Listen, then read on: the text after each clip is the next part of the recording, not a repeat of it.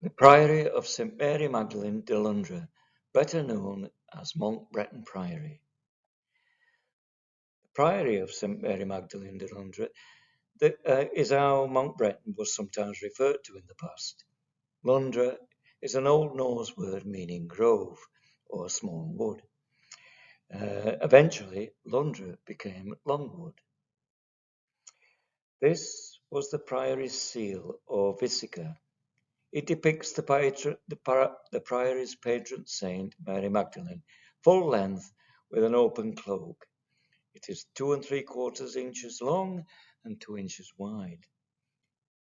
This is the priory's arms, 3 covered unguent pots.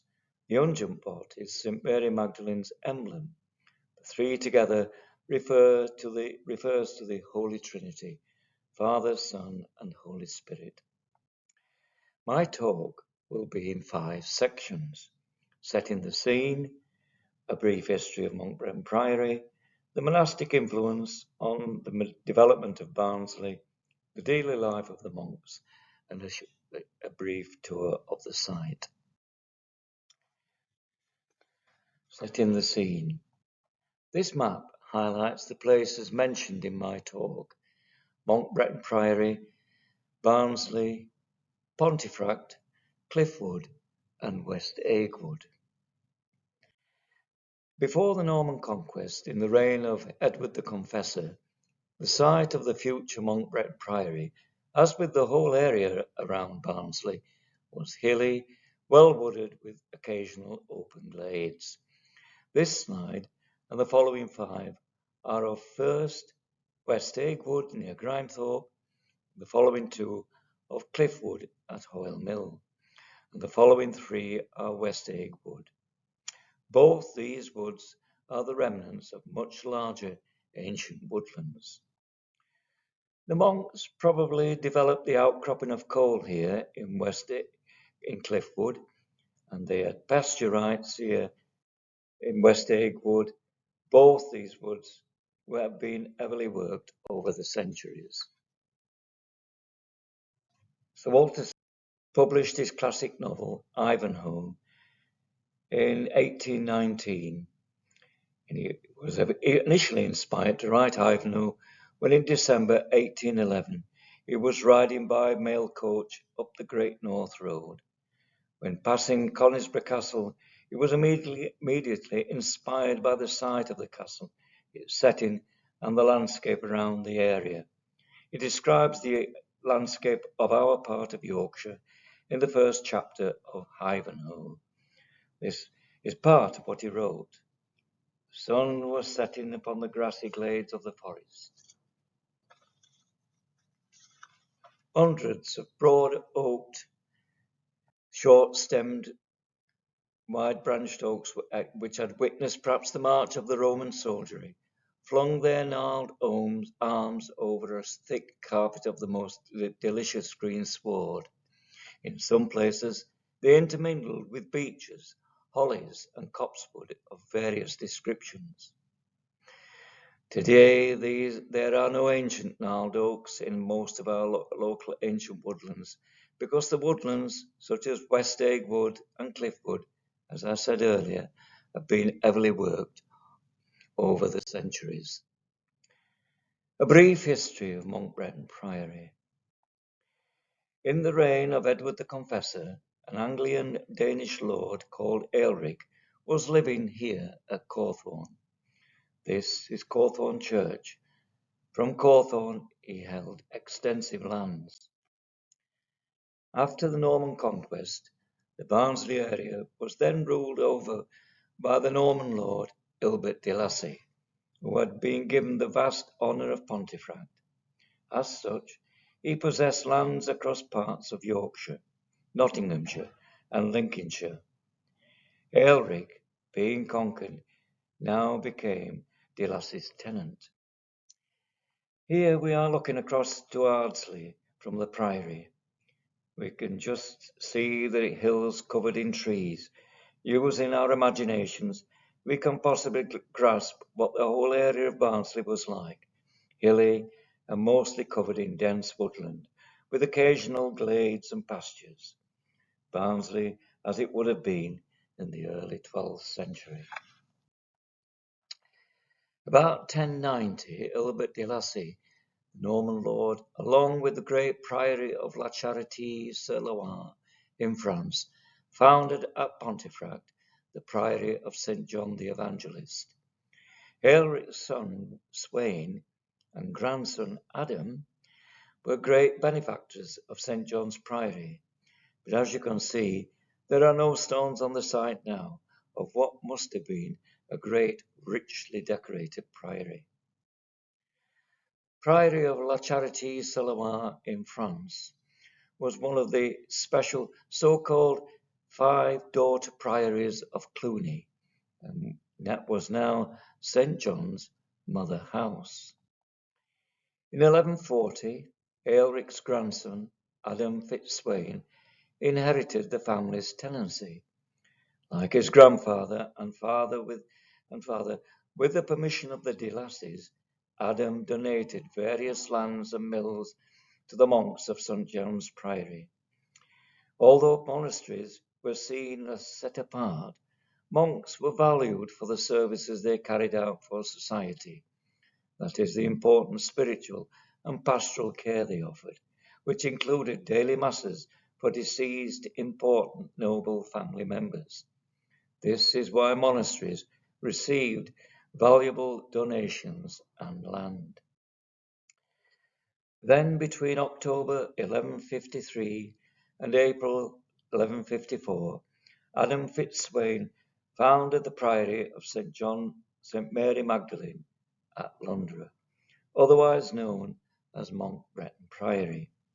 As such, it was a daughter house of the Priory of St. John the Evangelist at Pontefract, and French Cluniac monks from St. John's were the first to colonize the priory.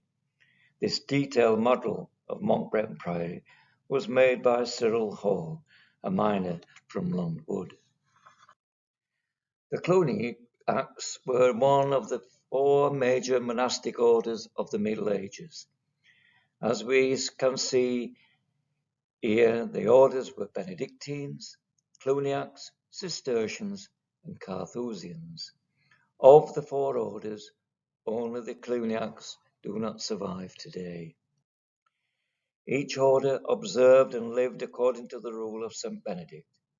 As we can see, it can be purchased today, 1,490 years after it was written. Sometimes there were additional constitutions. The different orders arose initially in that order from Benedictines. Disagreements arose about how monks should live a stricter life of observance of St. Benedict's rule, and it was this reason for the formation of each and for splitting from the Benedictines. The Cluniacs emphasized a stricter adherence to the rule of St. Benedict. For them, that meant a greater emphasis on the worship of God. Each monastery was run by a prior, and all priors and monks were completely subject to the Abbot of Cluny in France. This is a drawing of the Abbey of Cluny. The Abbey of Cluny in the Middle Ages had authority over 1,500 religious houses and 10,000 monks across Western Europe. Each monastery was run by a prior, but all priors and monks were subject to the abbots of Cluny, who in the Middle Ages were among the most powerful and influential men in Western Europe. Cluny was at its height and most influential from the beginning of the 11th to the end of the 12th centuries. Here in this richly illuminated manuscript, Pope Urban II, on the left, is in 1095 consecrating the high altar of the massive, newly extended and decorated Abbey of Cluny. Abbot Hugh of Cluny is on the right. The Cluniacs, as I said, had put a greater emphasis on the worship of God, but they were criticized for their fine taste and very elaborate church ritual and decorative church architecture. These fine pieces of sculpture of Cluniac architecture are good examples of the artistic quality that was important to the Cluniacs. We can get a glimpse here of how artistically rich the priories were. In 1159, Adam Fitswane died. He was buried with his wife Matilda here in the presbytery of Monk Bretton Priory. After following his death, arguments began over the election of the priors. The early history of Monk Bretton Priory was stormy because of a dispute with St John's at Pontefract. The disagreement and subsequent bitter dispute originated with the founding of the priory, but it was really began following the death of the first prior, and it continued for over a century every time the election of the prior occurred. Over time, the dispute became very acrimonious and violent, with at one point 3 monks fleeing with the priory seal and church ornaments, and monks being imprisoned in France, possibly the ones who had fled. But in 1279, there was the killing of 3 monks during an assault on the Priory of St. John by St. John's Prior. This tragic dispute involved not only the abbots of Cluny, but also popes and the English kings Henry III and Edward I. During this period of dispute, in 1249, the monks achieved for Barnsley a charter granting the people a market, but more of that later. The core of the dispute was discrepancies with 2 charters of foundation drawn up by Adam Fitswane and 2 letters sent to him by the prior of the Priory of St. La Charité, Solois, on the question of how the prior should be chosen. In the Cluniac order, the usual practice was for the mother house, in this case St. John's Priory of Pontefract, to nominate the priors of the daughter house, then the mother house to receive a yearly payment in recognition of subjection. This differed from Benedictine monasteries, who elected their own abbots. The issue culminated in 1281, when Monk Bretton Priory broke away from the Cluniac order and appealed to the Archbishop of York, William Wickwayne, to become Benedictines. The Archbishop visited Monk Bretton Priory and agreed to Monk Bretton becoming a Benedictine house. The monks then gave canonical obedience to the Archbishop and his successors. After their break from La Charité, Solois and Cluny, and Monk Bretton becoming an independent Benedictine house, to the dissolution of the monasteries, the history of Monk Bretton Priory was one of periods of prosperity, stability, but also periods of disruption and turmoil, including yet another disagreement with St. John's Priory. Throughout England, by the late 15th century, it became clear there was a need for monastic reform. Fewer people were entering monasteries, and while some monasteries were true to their calling, many other monasteries had become very wealthy. Senior monks had become increasingly great landowners and too involved in temporal or worldly affairs, and guilty of wrongdoing, and many were criticized, especially by the poor. You see this reflected in the folk rhymes and ballads of Robin Hood. The earliest rhymes and ballads of the 14th and 15th centuries tell of tyrannical lords and also corrupt bishops and abbots being among those targeted by Robin Hood when he defended the poor and righted wrongs. Monk Bretton Priory has a very tenuous link to the legend of Robin Hood, with an old Robin Hood place name on former priory land. At Monk Bretton Priory there had been periods of wrongdoing, lawsuits, quarrels and corruption, when discipline was weak due to the lack of supervision. Sanctity and standards of morality declined and became lax, Relations with the local community were also fraught at times. It should not be forgotten or overlooked, however, that it is the worst side, the seamy and disreputable incidents, etc., which were recorded. But there were periods which were not recorded, when supervision was efficient, and the monks lived together in peace and charity, holding to the principles and the rule of St. Benedict, striving to fulfill the purpose for which the priory was founded.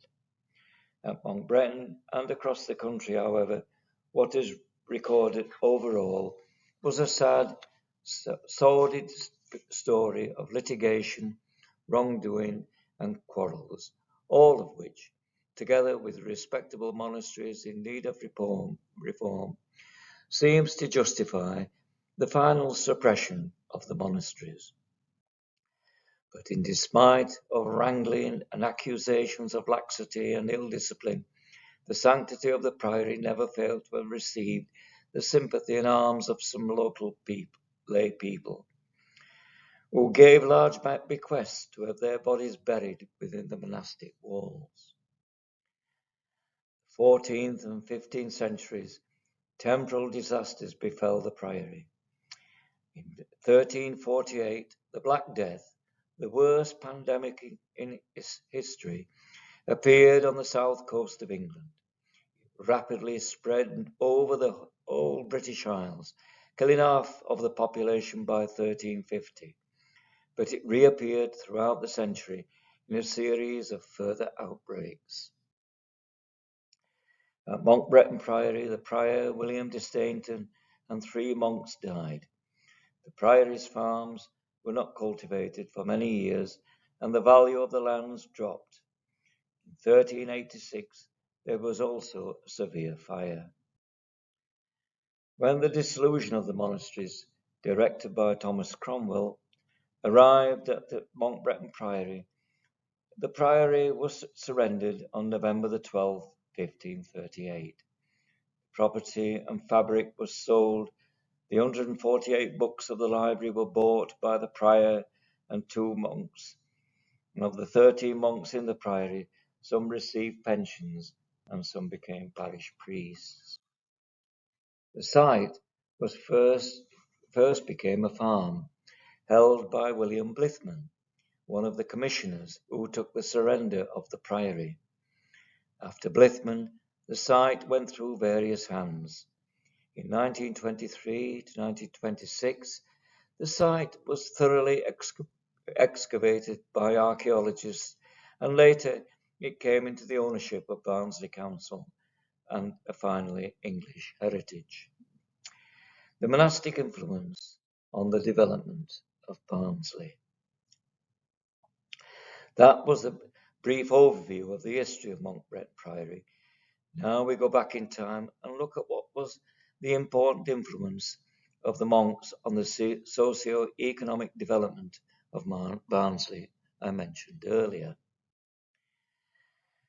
After the conquest of England in 1066, William the Conqueror favoured his lords and barons, who helped him in his conquest with parcels of land. Gilbert de Lacy was given what came to be known as the honour of Pontefract.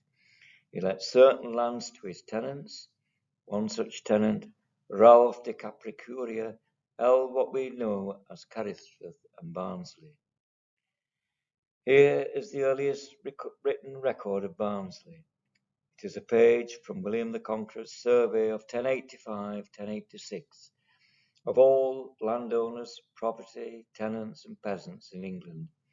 It was what we know now as the Domesday Book. Barnsley is here as Burnisley. It is interesting, you will notice that Carisforth is more prominent than Barnsley. It gives us a fascinating glimpse of Barnsley 939 years ago. Ralph de Capricuria and his sister Beatrix, with the permission of Henry de Lacy, donated Barnsley and its mill to the Priory of St. John the Evangelist at Pontefract. This was possibly about 1150.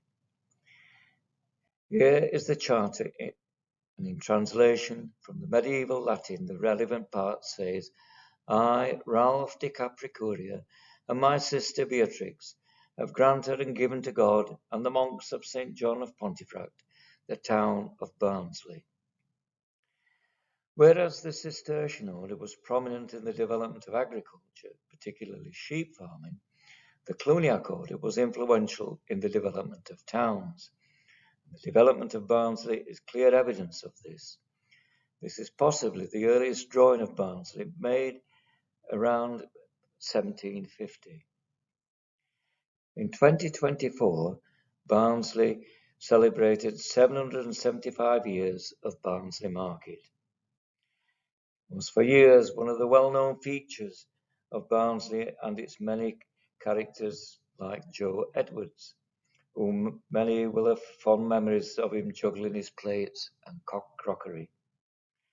Barnsley Market was the largest open-air market in Yorkshire in the past, and it attracted an estimated 50,000 people. In the 1970s, the market featured on primetime television, with Portobello Road Market in London as one of the most famous markets in the country. In 2019, in Experience Barnsley, the foundation charter of 1249 for the market and fair was exhibited. This is the charter. The motivation for the market seems to have come from the monks of St. John's Priory and possibly the daughter house of Monk Bretton Priory. Being the mother house, St. John's approached and obtained from King Henry III this charter. In translation of the medieval Latin, the abridged relevant part says, Henry, by the grace of God, King of England, know ye that we have granted to our beloved in Christ the prior and convent of Pontefract, that they and their successors may have for ever one market every 7 days on Wednesday in their town of Barnsley, and that they may have there one fair every year, lasting for 4 days, viz. The eve of St. Michael's Day. It is suggested the market was held, it is said, on the marketplace, and the fair at Fairfield, now Churchfields, and in the middle here is Fairfield House, the former Barnsley School of Art. And along with the charter and along with the market and the October Fair, the monks effectively managed the farms on their donated lands. The monks either leased the farms to tenants and tithes, they say that is a tenth of produce, and was brought to the priory, or at a later date to the tithe barn, which used to be on Westgate on the left-hand side of this photograph. As the town developed, there was a need to develop St. Mary's Church to meet people's spiritual needs. There has been a church on this site, St. Mary's Church, since long before the Norman conquest of 1066. Monks were known for their literacy and for education, and they educated priests and the young. Other churches developed by the priory from the 13th to the 15th centuries were at Royston, Darton, Darfield, Silkston. And the monks of Monk Bretton developed local agriculture and the extracting of coal by outcropping and mining by bell pits. For the practical managing of the farms and the land which had been donated, the monks employed stewards. The daily life of the monks. And that was a brief overview of the monastic influence on the development of Barnsley. But what was the daily life for monks like inside the priory? In Christian Europe in the Middle Ages, everyone would regard themselves as Christians. It was unheard of for anyone to say they did not believe in God. Monasteries were the most powerful from around 800 to 1300 AD. They provided intellectual leadership, creative ideas in religious thought, and medical knowledge, as well as pastoral care. Those who became monks or nuns were drawn from the social elite classes or upper classes, although in theory there were no distinctions between nobles and paupers in becoming monks, nuns, or friars. Serfs, of course, did not have the freedom to become monks. Also, the elites had money and influence, all of which was seen in the feudal society in which they lived as being very beneficial. In Monk Bretton Priory, there was possibly about 20 or so monks at any one time during the nearly 400 years of its history. This is the order for the daily life of Cluniac monks: sleep, services, study, work, recreation, and eating. From this rule, individual monks made 3 foundational vows: obedience, poverty, and chastity. Obedience was to the rule of St. Benedict and the prior. Poverty, monks did not have any personal possessions, even their habits belonged to the community. Chastity, monks eschewed sexual immorality. Humility was also of primary importance. Each morning the community met in the chapter house with the prior. First they had read to them a chapter from the rule of St. Benedict. Then they confessed any sins to the prior before discussing any business. Depending on the severity of the sin, they were punished. This could mean being excluded from company to being flogged. The monks' primary purpose was the worship of God. It governed their whole life. A high proportion of the Cluniac's time was spent in prayer, reciting psalms and praising God. Lectio Divina was the meditative reading of the Bible and study of religious texts. Labora was particular tasks. Cistercians did regular manual work, but Cluniacs hired servants to do menial tasks.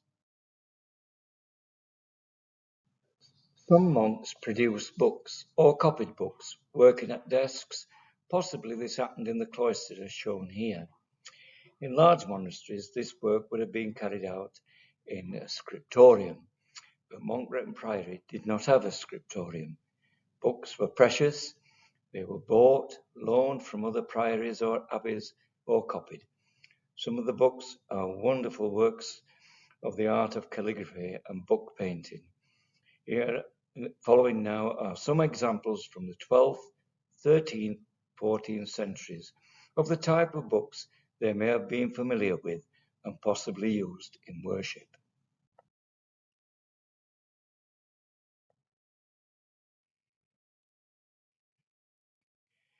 In some monasteries, some monks had specific roles in the community, such as a cellarer who looked after the food. Here, the almoner distributed food and alms to the poor in the gatehouse. The sacrist looked after the altar plate, chalice, ornaments, vestments, and made sure the church was clean.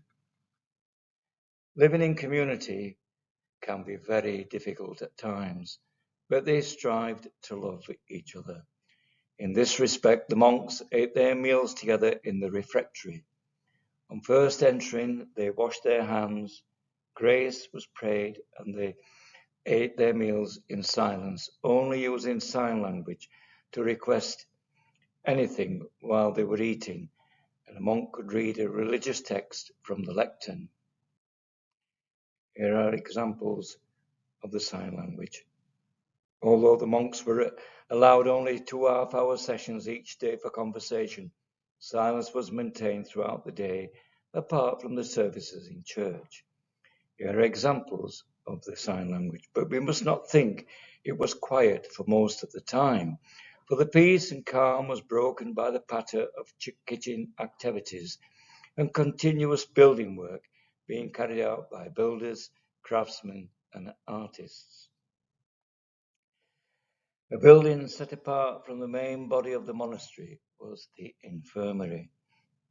This was reserved for sick monks who were treated with herbal medicine made from medicinal plants grown in the priory garden. Finally, death was an elaborate ritual. After death, the body of the monk was laid on the ground on a sackcloth, which had been placed on a cross-shaped scatter of ashes. The body was washed, dressed in a hair shirt, wrapped in a shroud, and laid in the church overnight with a monk in attendance. After a funeral service and mass, the body was buried in the Priory cemetery. Now we come to a tour of the site. This is a plan of Monk Bretton Priory. We begin our tour at the gatehouse, which was to the north left-hand corner of this outside this map. The entrance for visitors to the priory was by way of the gatehouse at the north end of the site. What we see here mostly dates from the 15th century, but incorporates an earlier building. The gate was built wide enough for a horse and cart to pass through. Above is a niche which held a statue of the priory's patron, St. Mary Magdalene. Inside there was an upper floor, which was the porter's lodge. Here on the ground floor, the porter would operate the gates and meet all visitors. Opposite here was the almonry. Here the priory almoner would meet the poor in need of food and alms. From the gatehouse, moving south, we see on our left a free-standing building. This dates from the late 13th to the early 14th century. There were two floors. The ground floor probably was used in connection with the administration of the priory's estates, and the upper floor perhaps served as a manorial courtroom. Moving south, we come to the largest building on the site, the Priory Church, and it is the earliest building built on the site. It dates from the second half of the 12th century. It is cruciform, that is in the shape of a cross, and here we are looking down the nave from the west end, and we can see the four chapels. Only the monks used the church. Visiting monks and visitors would attend in the nave.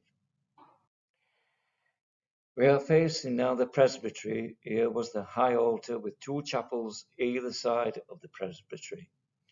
It was the first part of the church to be built because this served the main purpose of the monk's life, that is, Opus Dei, or the work of God in worship. This is where they held their daily services. It would also have been richly painted. This is the Cluniac chapel of Barnsley-la-Ville, near Cluny, in France. It contains rare Cluniac wall paintings, which can give us an idea of what the church at Monk Bretton Priory would have looked like. To the left is the outer chapel in the north transept. During the major archaeological excavation of 1923 to 1926, this grave with the chalice engraved on the cover was opened, revealing a skeleton holding a small pewter chalice. There's the carved chalice. And the remains of this can now be seen in Experience Barnsley Museum. There. In the south transept are the remains of the night stairs which the monks used. This led to the monks' dormitory. For each service, the monks processed down those stairs and in line processed round the church as part of the ritual service. Through a doorway arch door archway, we pass into the cloister, a large, square, grassed area surrounded by buildings. This area was always open, and it dates from the 13th century. The cloister had an arcade, and its remains in the care of English heritage show it was a rare syncopated form. It has two arcades of arches together. The only surviving form of this type of arcade is in France. This area was probably used to give monks their tonsure. This was a symbolic shaving of the head, imitating the crown of thorns worn by Christ. The cloister and was mainly used by the monks for reading, meditation, and possibly for copying books. And this was the rare syncopated archway, and the two arcades of arches together. And this image is the only surviving form of this kind of arcade, and it is in France.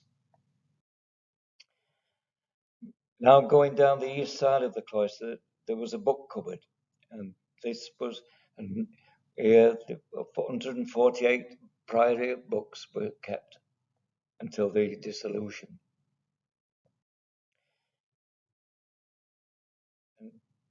And next to the book cupboard was the chapter house. This again dates from the 13th century. The monks met here with the prior each morning, and the monks sat against the wall around the room. And the meeting began with a reading by a monk of a chapter from the Rule of St. Benedict. This would be followed by confession, after which the business of the day would be discussed. It would have been in here that an announcement of the granting of the charter for the market and the fair in Barnsley would have been announced and discussed, and the affairs surrounding the break with Cluniac. Next to the chapter house was a parlour where necessary conversation was allowed. And next to the parlour was a warming room, and there was a communal fire kept burning through the winter months. And next to the parlour, and on the south side of the cloister, is the refectory or dining hall. The monks took their meals in silence, and just inside the door from the cloister was the lavatory or wash place, where the monks washed their hands before their meals. The two windows on the south wall would have had fine stained glass, and behind the south wall was the kitchen, and that's to the left of our picture. And the meals were served through a serving hatch. When we look at the surviving stones covered in soot and grime, it comes as a revelation to discover the buildings would have been, and of all the buildings, the stones would have been of a honey colour, and the priory would have been a really beautiful building. At this point, we may see across Grange Lane what was the site of the Priory's mill. Only the extreme end of this building may have had stones from the original mill. Back in the Priory, the buildings on the west side of the cloister were on the ground floor, the cellar or the storeroom, and directly above were the Prior's hall. Extending to the north of the rooms was the Prior's lodgings, which would have been a very fine room. Here is the magnificent fireplace in the Prior's room, where he greeted and entertained his guests. The Cluniacs liked the finer things of life, and it was one reason why they were criticised by the other orders and the people. South of the refectory was the kitchen, and the kitchen yard with the drain running through. The kitchen served the prior and the monastic community and guests. The drains are some of the best preserved drains in England, and here we can see the fine masonry.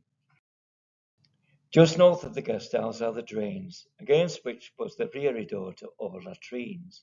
The water flowed from somewhere near Cundy Cross roundabout and through the kitchen and through the latrines and carried all the waste into the River Dern.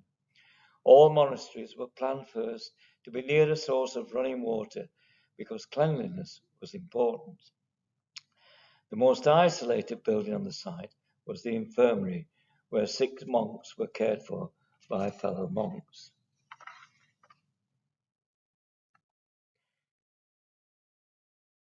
Finally, against the east end of the church was the Priory cemetery where the deceased monks were buried. And it is where we complete our tour of Monk Bretton Priory.